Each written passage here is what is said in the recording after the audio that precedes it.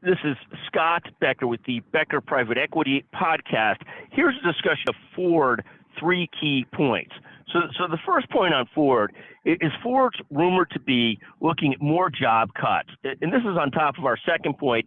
They cut about 3,000 jobs last year. When people cut these jobs, they take huge restructuring charges.